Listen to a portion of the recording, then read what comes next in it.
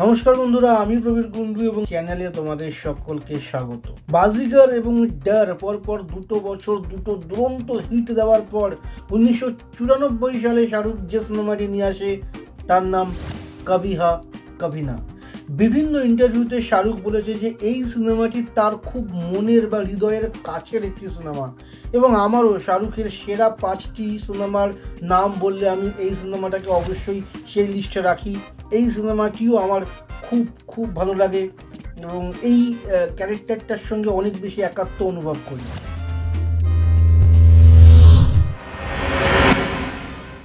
এই সিনেমার কাস্টিং প্রথমে কিন্তু ছিল অন্যরকম, অর্থাৎ প্রথমে এর মেন লিডে ছিল আমির খান এবং জুহি চাওলা।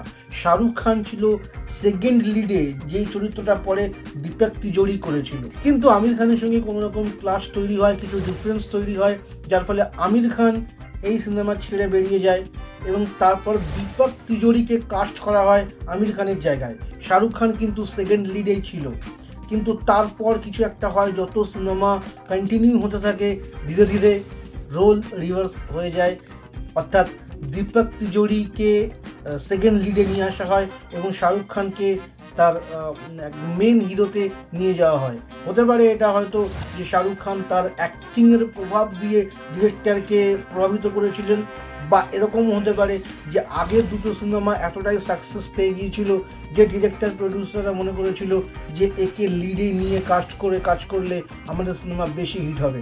তবে যাই হোক না কেন, শাহরুখ খান কিন্তু তার ভূমিকায় জবরদস্ত কামাল করেছিল। গোটা এই সিনেমার জন্য শাহরুখ খান পেয়েছিল 25,000 টাকা। খুবই কম বাজেটে এই সিনেমার শ্যুট হয়েছিল এবং যারা নতুন বা ইয়াং তাদের জন্য ইকোনমি ক্লাসের এয়ার টিকিট কাটা হয়েছিল এবং একটু পুরনো একটু ভেটারেন অ্যাক্টর অ্যাক্ট্রেসদের জন্য ফার্স্ট ক্লাস টিকিট কাটা হয়েছিল। তো দেবেন ভার্মা, যার জন্য ফার্স্ট ক্লাস টিকিট ছিল, সে শাহরুখ খানকে রিকোয়েস্ট করে যে তুমি তো এই সিনেমার হিরো, তুমি আসো, তুমি আমার সাথে ফার্স্ট ক্লাসে বসো। তখন শাহরুখ খান কিন্তু বলে যে না, আমার টিকিট ইকোনমি ক্লাসের, আমি ইকোনমি ক্লাসেই যাব। দেবেন ভার্মা তার এক বিখ্যাত সাক্ষাৎকারে এই ঘটনাটা বলেছিল। শাহরুখ খানের আগের দুটি সিনেমা বক্স অফিসে প্রচণ্ড লাভ পেলেও এই সিনেমাটা কিন্তু বক্স অফিসে কামাল করতে পারেনি।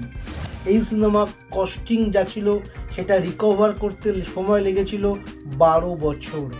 এই সিনেমাটি তৈরি হওয়ার পর রিলিজই করা যাচ্ছিল না, কেউই কোনো ডিস্ট্রিবিউটারই সিনেমাটি কিনতে রাজি হচ্ছিল না, কারণ হিরো আলটিমেটলি হিরোইনকে পাচ্ছে না, হিরোইনকে সেকেন্ড লিডে যে আছে সে পেয়ে যাচ্ছে।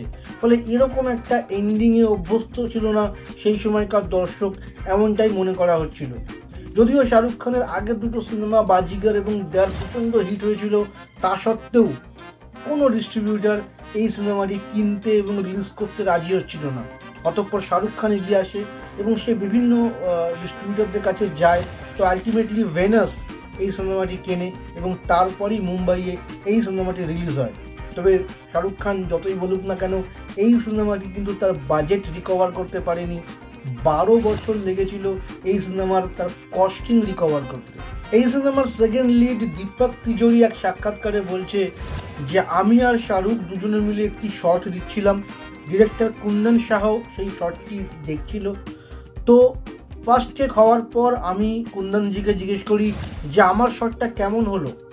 তো কুন্দনজি বলে যে সরি, আমি তোমার দিকে খেয়াল করিনি, আমি শাহরুখ খানকে দেখছিলাম, চলো আরেকটা টেক করি, এবারে আমি তোমার দিকটা দেখবো এবং তোমাকে বলবো যে তুমি কেমন করেছো।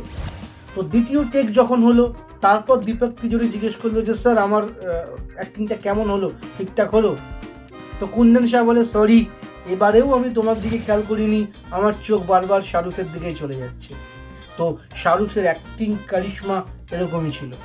নাসিরুদ্দিন শাহ এবং কুন্দন শাহ এরা দুজনেই খুব ভালো বন্ধু এবং এরা একদম প্রথম থেকেই একসাথে উঠে এসেছে।